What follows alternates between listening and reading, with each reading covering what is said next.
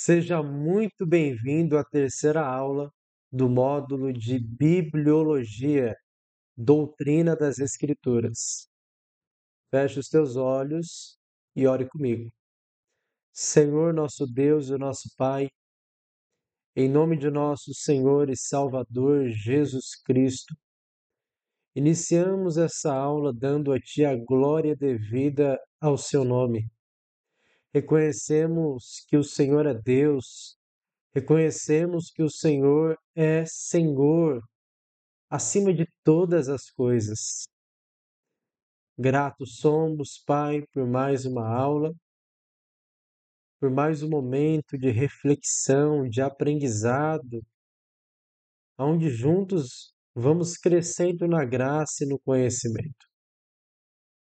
E pedimos, Espírito Santo, para que o Senhor ilumine a nossa mente, abrindo os olhos, Senhor, do nosso coração, para que ao lermos o texto bíblico sejamos iluminados ao entendimento real do texto.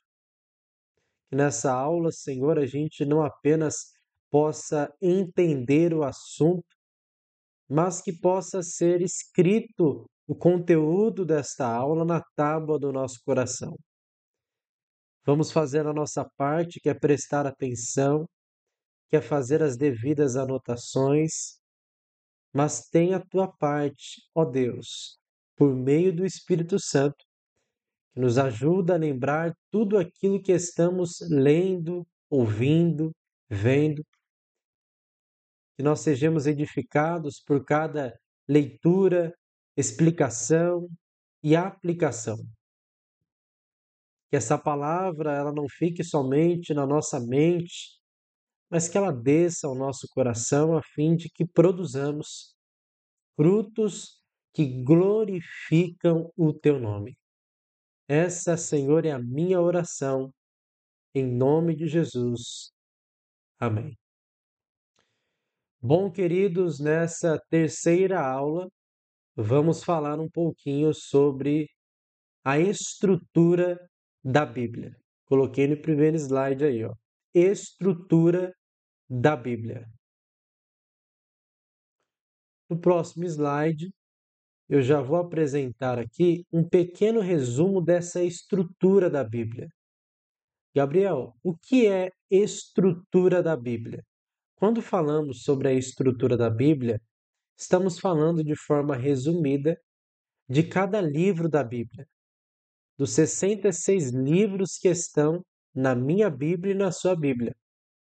E a estrutura da Bíblia não tem só o objetivo de falar de forma resumida acerca de cada livro, mas ela tem como objetivo também estruturar a divisão de cada livro, colocando cada livro no seu devido grupo. Você vai entender melhor agora quando eu ler esse slide. O primeiro grupo de livros que nós vamos saber, entender e conhecer é a lei. Lei chamada de Torá, que significa no hebraico Pentateuco. Lei, Torá e Pentateuco são sinônimos. Pentateuco significa 5 livros. Você pode ver na palavra Pentateuco a palavra penta. O que significa penta? Penta é 5. Penta significa 5. Eu coloquei no slide. São 5 livros. A lei, a Torá e o Pentateuco são 5 livros, de Gênesis a Deuteronômio.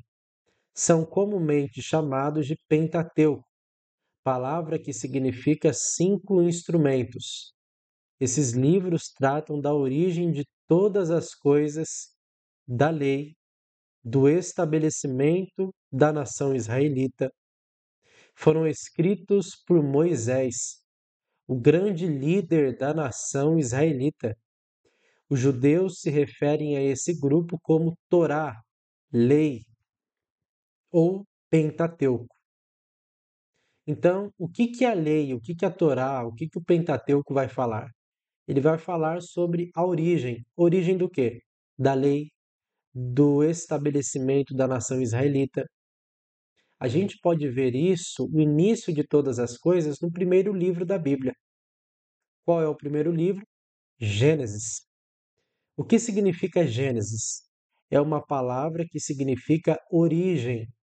Tem esse nome porque fala sobre a origem do céu e da terra, a origem da família, a origem do céu e da terra. Eu esqueci de colocar aqui, mas você pode colocar aí no seu caderno. Gênesis capítulo 1, do versículo 1 e 2. Ou só o versículo 1. No princípio criou Deus os céus e a terra. Bereshit bara et hashamai eretz. Ou seja, no princípio criou Deus os céus e a terra. Então, a origem dos céus e da terra a gente vê em Gênesis capítulo 1, versículo 1.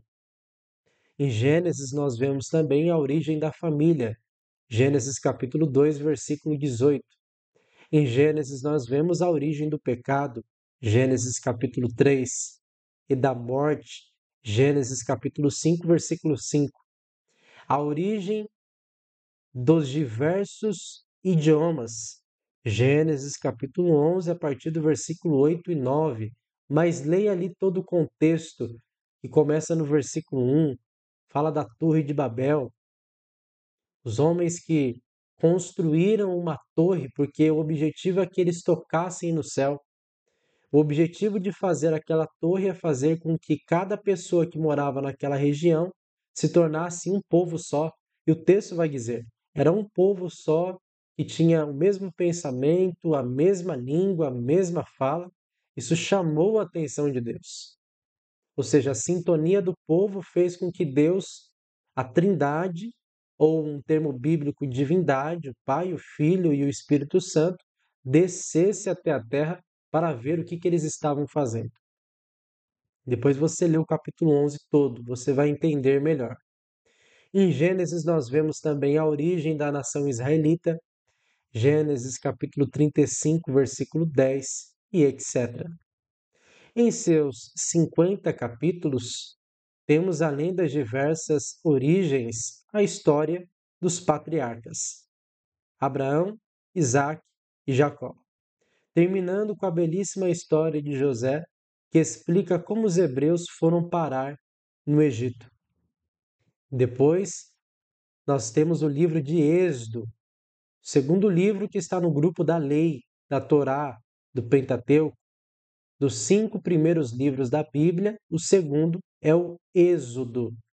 É uma palavra que significa saída. Conta sobre a saída do povo de Israel da terra do Egito, onde viveram muito tempo como escravos. Êxodo capítulo 14, versículo 8. Esse livro que conta sobre a abertura do Mar Vermelho, Êxodo 14, versículo 21, quando Deus abriu o mar para que o povo israelita passasse. Você pode ver ali, Faraó, junto com o exército egípcio, estava perseguindo Moisés e o povo de Israel, e ali de forma milagrosa, Deus ele abriu o Mar Vermelho para o povo de Israel passar. Quando Deus abriu o mar para que o povo israelita passasse. Também esse livro fala dos 10 mandamentos, que é decálogo, ou 10 palavras, palavras que se transformam em mandamentos. Êxodo capítulo 20, do versículo 1 a 17, que Deus deu para o povo judeu. Fala ainda de uma grande tenda chamada tabernáculo.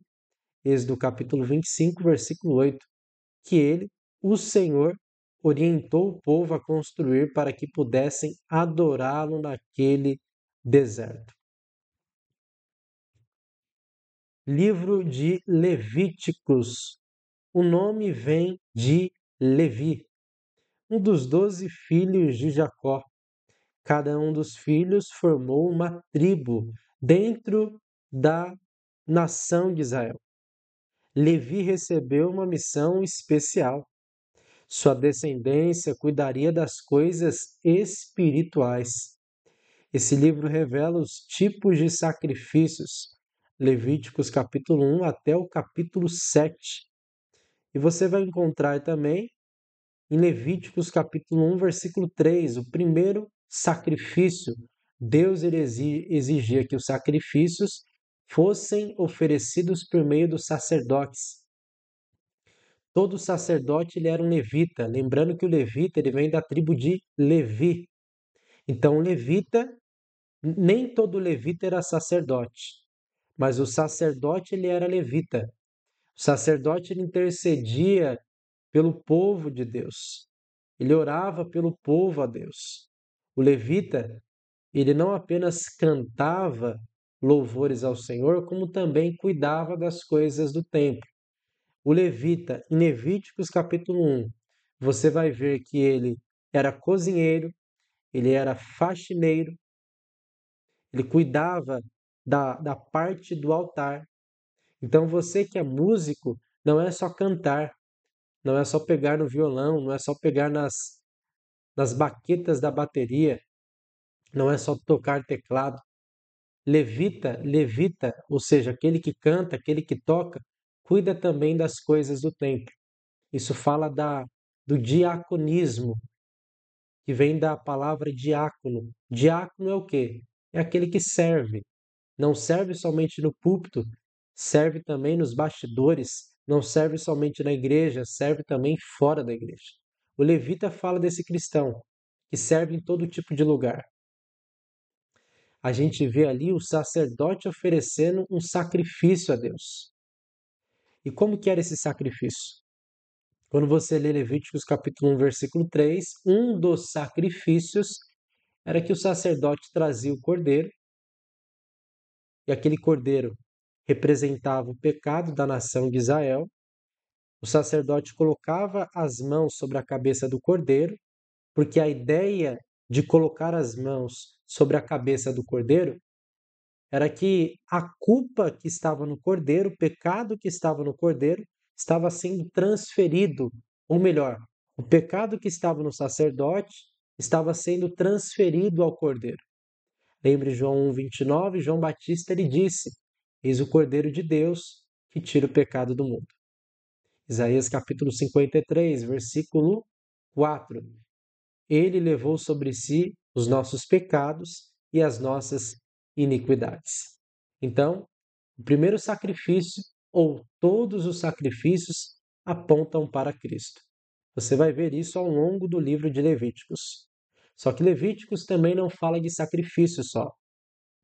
Esse livro revela os tipos de sacrifícios. Esse livro revela também as festas dos judeus, a festa do sábado, a Páscoa, Levíticos 23, do 4 a 5, a festa de Pentecostes, Levíticos 23, do 15 a 22, a festa das trombetas, Levíticos 23, do 23 a 25. Eu posso separar um estudo só para falar acerca dessas festas. Cada festa aponta para algo profético, para algo que ainda vai acontecer. Fala do tempo presente. Exemplo, os judeus eles comemoravam a Páscoa como um memorial, uma lembrança da libertação que Deus deu para eles, tirando eles do Egito, colocando eles no deserto, para que eles pudessem caminhar até a terra de Canaã. É um exemplo. E a Páscoa, ela aponta para Cristo. Lembra que Paulo disse que Cristo é o nosso Cordeiro Pascual? Ele disse isso em 2 Coríntios capítulo 5. Cristo é o nosso Cordeiro Pascual. Então, o Cordeiro, ele aponta para Cristo. Porque na Páscoa, em forma de lembrança daquilo que Deus fez lá no Egito, eles sacrificavam um cordeiro, pegavam o sangue do cordeiro e passavam nos umbrais da porta, para que o anjo destruidor, ao passasse no Egito para ceifar as almas dos primogênitos, não matasse os filhos dos hebreus. E era isso que acontecia.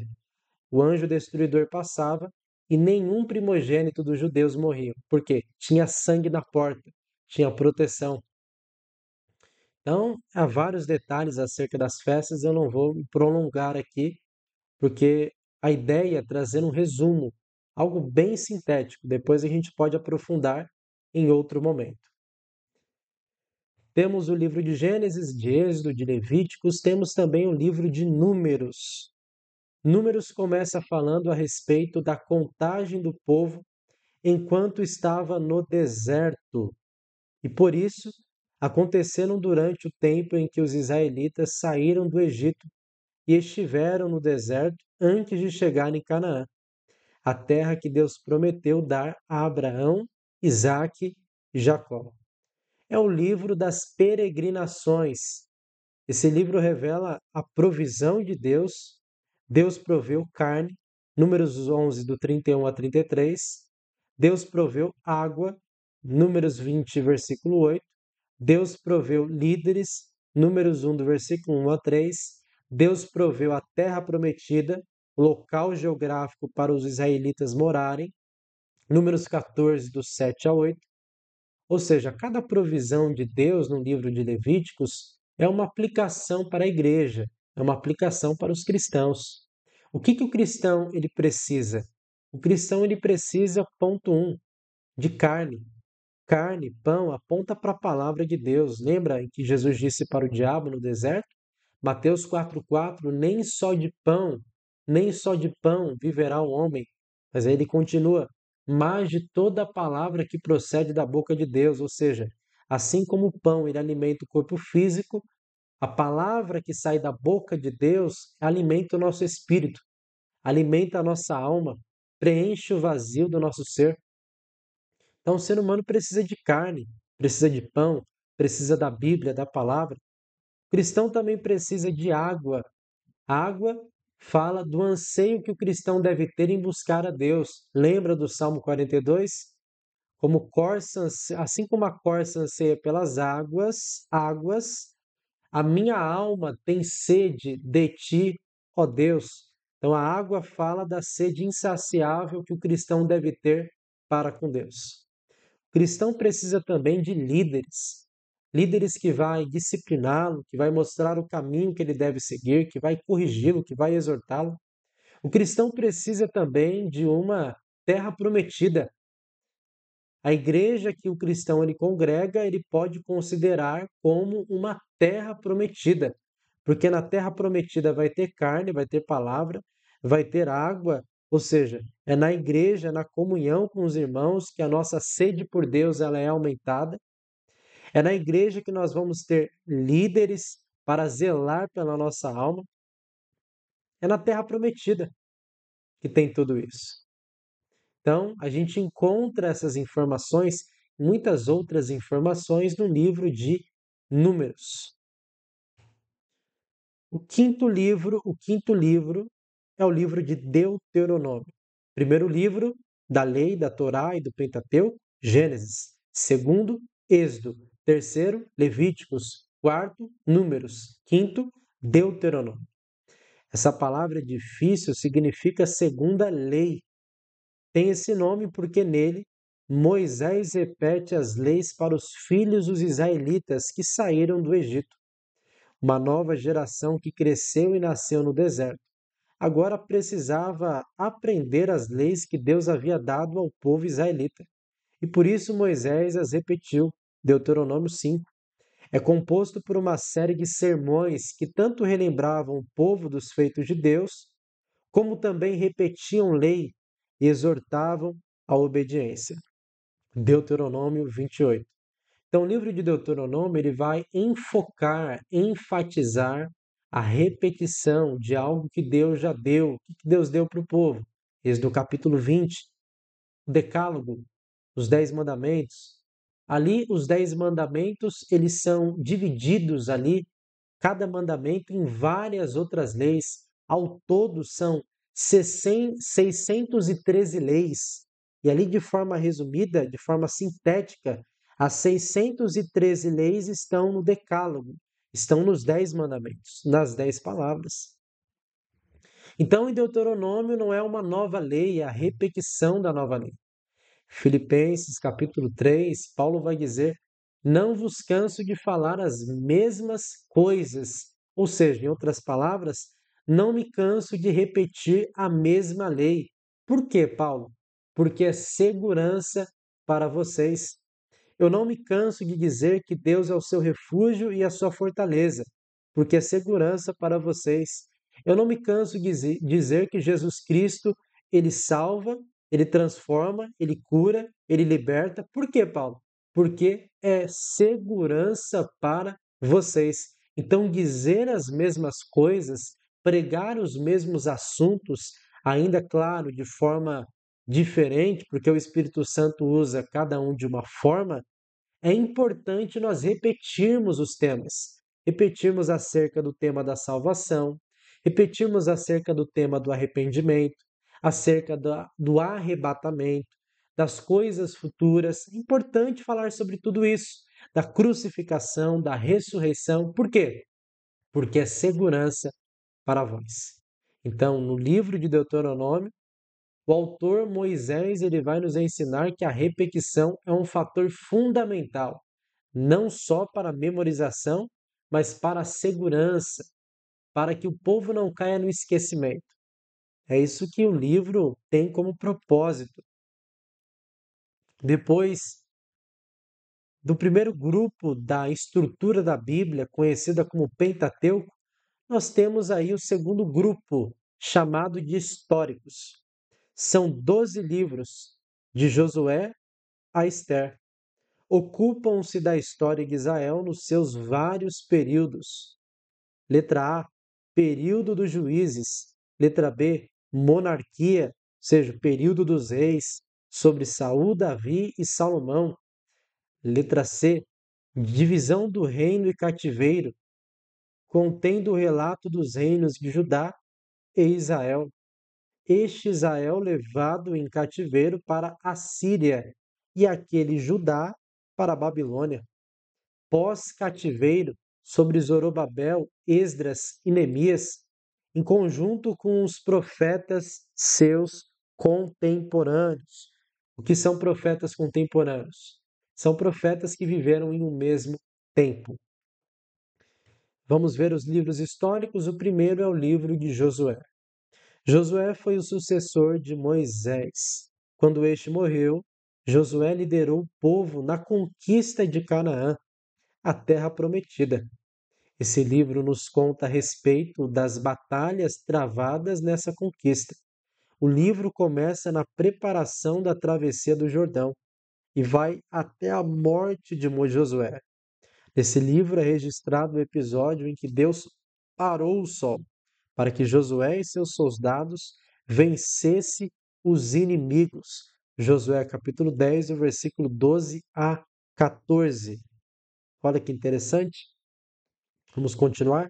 Segundo livro é o livro de Juízes. Juízes eram homens que foram levantados por Deus para administrar a vida política de Israel, pois eles não tinham um rei. Os juízes mais conhecidos foram Sansão, Gideão e Débora. Esse é um período bastante caótico da história de Israel, conforme mostra Juízes 21, versículo 25. Naqueles dias não havia rei em Israel. Cada um fazia o que achava mais reto. Em Josué, nos últimos capítulos, está registrado a morte dele. Inicia o capítulo 1 de Juízes e não tem líder o povo. O povo de Israel está sem um líder. E por não ter um líder, cada um fazia o que achava reto, que achava certo, que achava correto. Por quê? Quando um povo não tem um líder, cada um atira para um lado, cada um julga o que acha certo conforme as suas convicções. Por quê? Não tem um líder, não tem um mentor para poder apontar o caminho, mostrar a verdade bíblica. Então Josué, ele foi um homem muito marcante na história de Israel. Porém, foi um péssimo discipulador, ou seja, ele não preparou ninguém para substituí-lo, ao contrário de Moisés. Moisés preparou Josué para poder assumir o seu lugar após a sua morte, mas Josué não preparou ninguém quando ele morreu. A consequência foi esse desastre aqui, cada um fazia o que achava mais certo. Só que no meio de toda essa confusão do povo, Deus ele levanta juízes. Os mais conhecidos é Sansão, Gideão e Débora. Outro livro histórico é o livro de Ruth, Quem era Ruth? Era uma mulher do país vizinho a Israel, Moabe, e, portanto, não pertencia ao povo de Israel, mas casou-se com um israelita, e quando ele morreu, emigrou com sua sogra para Israel. Ali casou-se com um israelita chamado Boaz e tornou-se bisavó do rei Davi. Você vai encontrar aí essa genealogia em Ruth capítulo 3, versículo 21 e 22, essa breve história. É um livro muito interessante.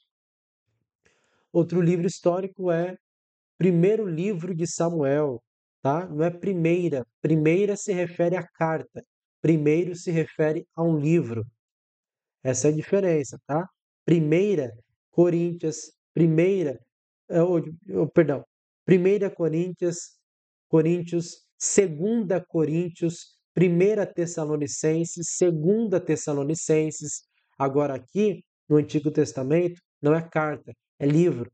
Então é Primeiro Samuel, Segundo Samuel, Primeiro Reis, Segunda Reis, Primeiro Crônicas, Segundo Crônicas e assim sucessivamente. Em 1 Samuel, vamos lá. Samuel foi o último dos juízes. É um dos grandes nomes da história do povo judeu. Este livro conta a história de Samuel. 1 Samuel capítulo 1 até o capítulo 8. A história de Saul, 1 Samuel do 9 a 31, que foi o primeiro rei de Israel, e o começo da história de Davi e a sua luta com o gigante Golias. 1 Samuel capítulo 17. E em 2 Samuel? Esse segundo livro de Samuel continua contando a história do reinado de Davi.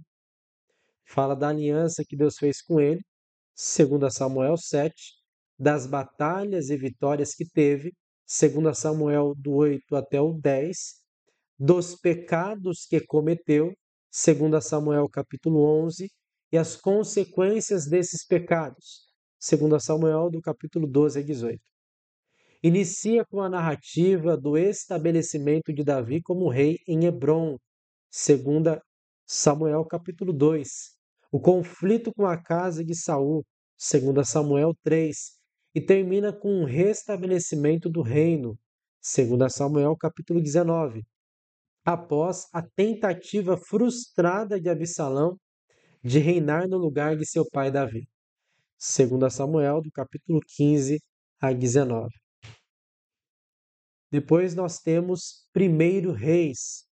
O primeiro livro de Reis começa contando o fim do reinado de Davi e depois a história do reinado de seu filho sucessor, Salomão. Primeiro Reis, capítulo 1, versículo 2. Depois de Salomão, o reino é dividido em duas partes. A parte do sul, formada por duas tribos, Judá e Benjamim, fica se chamando Judá, de onde vem o nome de judeus. A capital de Judá ficou sendo Jerusalém.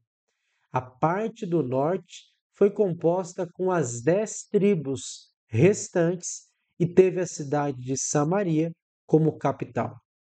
Então, o reino do norte fala das 10 tribos. O reino do sul fala das duas tribos, Judá e Benjamim. Você vai ver essa divisão desse reino de Israel em reino do sul e reino do norte, lendo 1 Reis, capítulo 12. Depois nós temos 2 Reis. O segundo livro continua contando a história tanto do reino do sul, Judá, quanto do reino do norte, Israel. Narram a história dos reis de ambas as nações até que foram levadas para o cativeiro. Israel pelos assírios, 2 Reis capítulo 17, e Judá pelos babilônios, 2 Reis capítulo 24 até o capítulo 25. É nesse período, contando a história dos reis de Israel e de Judá, que surgem a maioria dos profetas que deixaram suas obras escritas. Nós temos aí dois profetas conhecidos em 1 e 2 Reis. Em 1 Reis, você vai ver ali o Elias, profeta Elias. Lembra que ele vai desafiar ali os 450 profetas de Baal, o fogo vai cair do céu, vai matar todos esses profetas. É em 1 Reis que você vai ver Elias ele subindo no monte, vendo uma nuvem do tamanho da do tamanho da mão do homem, e carregava ali uma grande chuva, porque até então em Israel não estava chovendo, porque o povo estava adorando a Baal, que dentro ali do contexto do idólatra, Baal era o deus da chuva. Esse deus ele foi estabelecido por Jezabel, que era esposa do rei Acabe, rei de Israel. Enfim, você vai ver essas histórias em 1 Reis.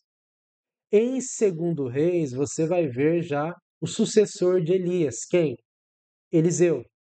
E o interessante é que Elias ele operou 7 milagres. Lembra que Eliseu ele pede para Elias uma porção dobrada? Elias, quando ele está sendo arrebatado, a capa fica com Eliseu e ali ele recebe a porção dobrada. E o interessante é que Elias ele fez 7 milagres e Eliseu ele fez 14 milagres. Olha que interessante, foi o dobro dos milagres de Elias.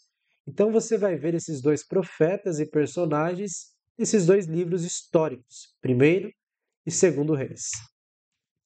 Depois temos 1 Crônicas.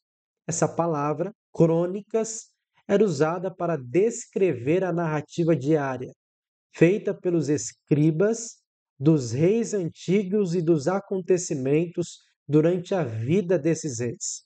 Esse livro da Bíblia começa fazendo a genealogia de Adão e vai até o final da vida de Davi. 1 Crônicas, do capítulo 1 até o 9. Conta apenas a história de Judá, escrito provavelmente após o cativeiro babilônico e provavelmente por alguém da linhagem sacerdotal. Concentra-se na história de Judá, porque esta representa a dinastia. O que é dinastia? Reino. Reino escolhido, ou dinastia escolhida. Depois, 2 Crônicas. Esse livro continua a narrativa do primeiro. Inicia com o governo de Salomão, 2 Crônicas 1, e vai até o cativeiro de Judá por Nabucodonosor, o rei do Império Babilônico, 2 Crônicas, capítulo 36.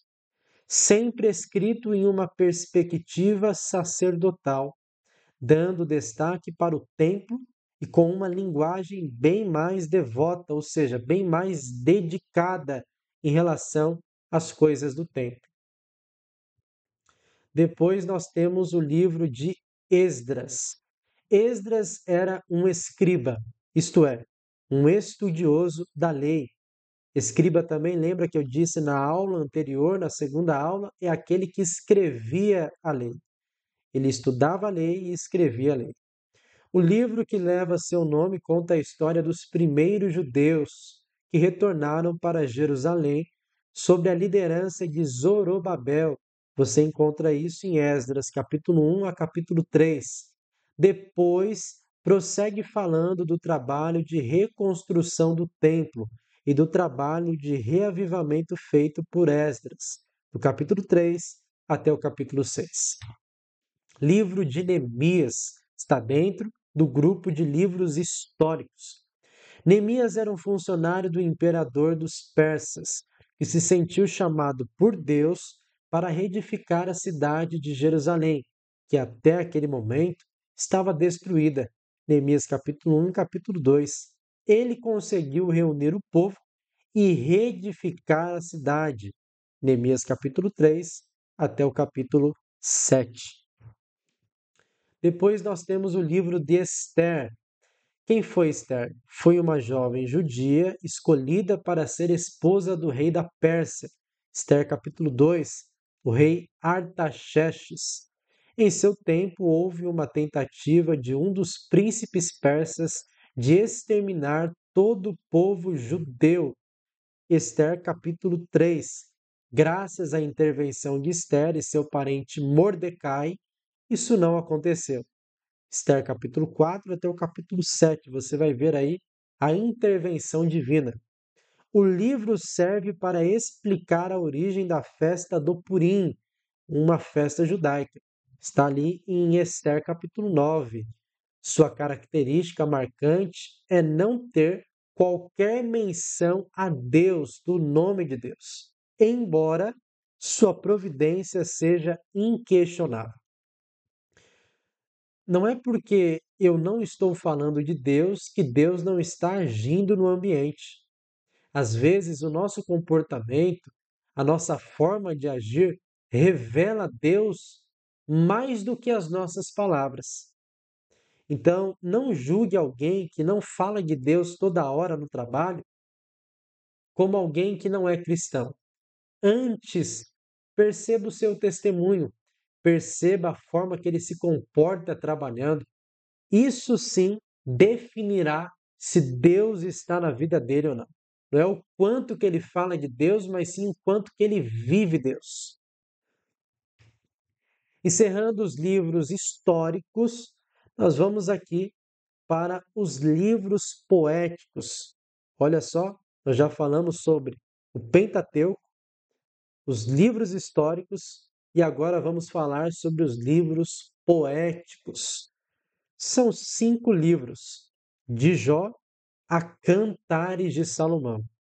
São chamados poéticos não porque sejam cheios de imaginação e fantasia, mas devido ao gênero literário do seu conteúdo. São também chamados devocionais. Nesses livros, temos a poesia hebraica em toda a sua intensidade. São orações, cânticos, máximas, contém boa parte daquilo que é chamado de literatura sapiencial, pois está ligado a ensinos e sabedoria. O que significa sapiencial? Vem da palavra sapiense, que significa sabedoria, refletir acerca de um assunto sábio. Ou seja, os filósofos usavam muito essa palavra sapiencial. Vamos ler um livro sapiencial, ou seja, um livro que trata acerca das reflexões da vida. Então, esse aí é um gênero literário.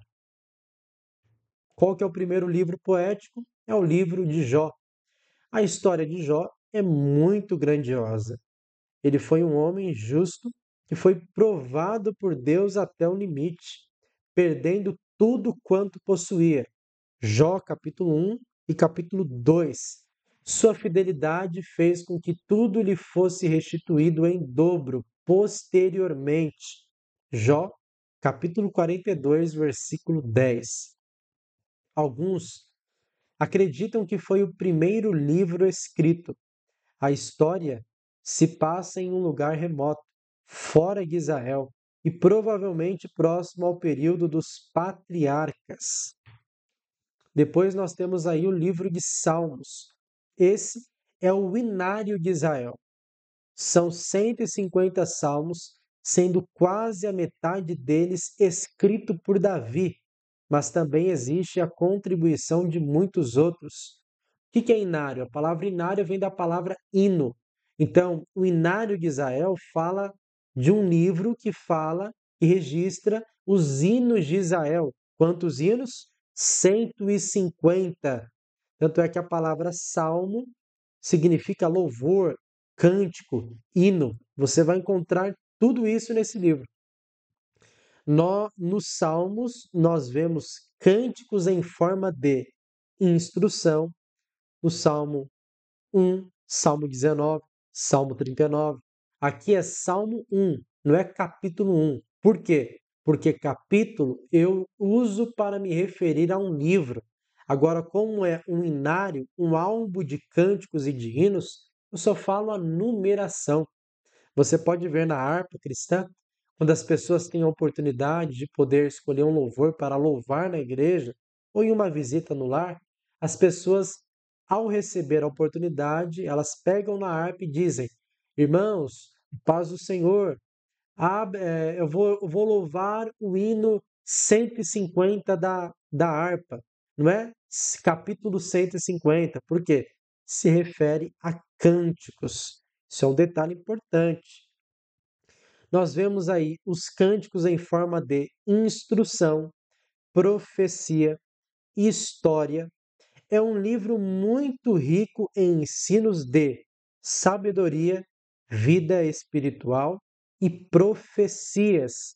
Então, quando nós falamos sobre um louvor cristocêntrico, que é Cristo no meio, onde está exaltando Cristo, adorando a Cristo, louvando, dando ali adjetivos e elogios à pessoa de Cristo, um louvor teocêntrico, que é Deus no meio daquele louvor, e a gente faz a mesma coisa que fazemos quando estamos cantando um louvor, adorando, louvando a Cristo, agora para a pessoa do Pai, Deus. No livro de Salmos, mostra que um louvor cristocêntrico não fala somente de uma adoração direta a Cristo, fala de uma adoração indireta a Cristo. Gabriel, o que é uma adoração indireta a Cristo? É quando você escolhe um louvor, aonde você percebe que nesse louvor tem instrução para os ouvintes.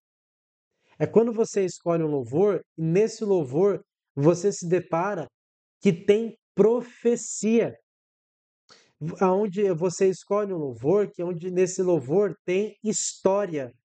Não tem louvores aonde nós escutamos, nós ouvimos, que fala do passado da pessoa, pessoa que vivia no pecado, que tinha problema com vícios. Aí ela conhece Cristo no presente, Cristo transforma a vida dela. Então, é um louvor que fala da história. Tem até um louvor muito conhecido, que agora eu não me lembro o título dele, e diz: eu andava pelas ruas da cidade, procurando essa tal felicidade. Pelos bares eu vivia, procurando alegria, mas só encontrei saudade ou maldade, alguma coisa assim. Mas quando Jesus me encontrou, aí ele vai falar de uma transformação que ele vivenciou. Tem outro louvor também, eu era pobre, perdido, pecador. Olha lá, é um louvor que fala de história. História de quem? Do ouvinte. Mas Jesus me transformou. Então, fala da transformação da antiga, da velha criatura para a nova criatura. Esses louvores são cristocêntricos. O que é um louvor não cristocêntrico? É quando o homem está no meio do louvor. E o meio do louvor aqui não é no sentido dele aparecer em uma história, dele aparecer como o alvo de uma instrução. Não. O sentido dele estar no meio do louvor, que é reprovado por Deus, que deve ser reprovado pela igreja, é naquele sentido da igreja, dos músicos, dos cantores adorarem um homem, reverenciarem um homem, enaltecerem um homem. Esse é o louvor que deve ser excluído, afastado dos púlpitos da igreja. Agora, se o louvor tiver instrução, profecia, história, sabedoria, vida espiritual, é um louvor que pode ser sim cantado na igreja em qualquer outro lugar. Por quê? Está adorando a Deus, está adorando a Cristo de forma indireta. Isso nós aprendemos lendo o livro de Salmos. Isso os seus 150 hinos. Vamos continuar? Nós temos também o livro de Provérbios. Provérbios são máximas de sabedoria. Diferente das máximas de outros povos, o livro bíblico de Provérbios tem como tema central o temor a Deus. Provérbios 1 a 7 e 2 a 5. As suas instruções são expostas a partir desse ponto. É repleto de orientações para a vida prática. Não tem a marca da sabedoria especulativa dos gregos. Esse livro está repleto de conselhos, conselhos para jovens, Provérbios do 1 a 10, para todos os homens, Provérbios do 11 até o 20, para os reis e governantes, Provérbios do 21 a 30. Então, o livro de Provérbios é o livro dos conselhos. Conselho para a vida espiritual, conselho para a vida familiar, conselho para a vida conjugal, conselho para a vida profissional, enfim, conselhos para todas as áreas da vida. Depois temos aí o livro de Eclesiastes. É um livro que muito se assemelha a um tratado filosófico a respeito do valor da vida. Pelo título do livro, lembra alguém que falava nas assembleias. Salomão é chamado de pregador. Eclesiastes do 1 a 1. O pregador pregou sobre muitas coisas, dentre elas, infelicidade nas coisas do mundo. Eclesiastes 2 do 1 a 11. Tempo, Eclesiastes 3 do 1 a 8. Prazer no trabalho, Eclesiastes 5:19. Dia da prosperidade e da adversidade, Eclesiastes 7:19. Lembrança do Criador enquanto se é novo, Eclesiastes 12:1. Depois nós temos aqui o último livro poético, que é conhecido como os livros de Cântares ou Cantares de Salomão. É um cântico de amor, descreve o amor do rei Salomão pela Sulamita de forma forte e ardente. É utilizado pelos judeus para descrever o amor de Deus por seu povo e pelo cristianismo para exemplificar o amor de Cristo pela igreja. Até destaquei um texto aqui de Cântares, capítulo 6, versículo 3, ou melhor, não é capítulo, se é cântico, é só número. Cantares 6, 3. Eu sou do meu amado, e o meu amado é meu. Eu sou do meu amado. Ou seja, a igreja como noiva, ela é do noivo. Então a noiva que a igreja pode dizer: eu sou do meu amado, eu sou do noivo, eu sou de Cristo. E o meu amado é meu. E o noivo e Cristo é meu. É o Deus da minha vida, é o Deus da minha casa, é o Deus da minha família. Esse livro é um livro rico. É um livro que é muito usado nas palestras de casais. Quando você vai dar uma palestra sobre casais, o livro de Cantares é um livro perfeito.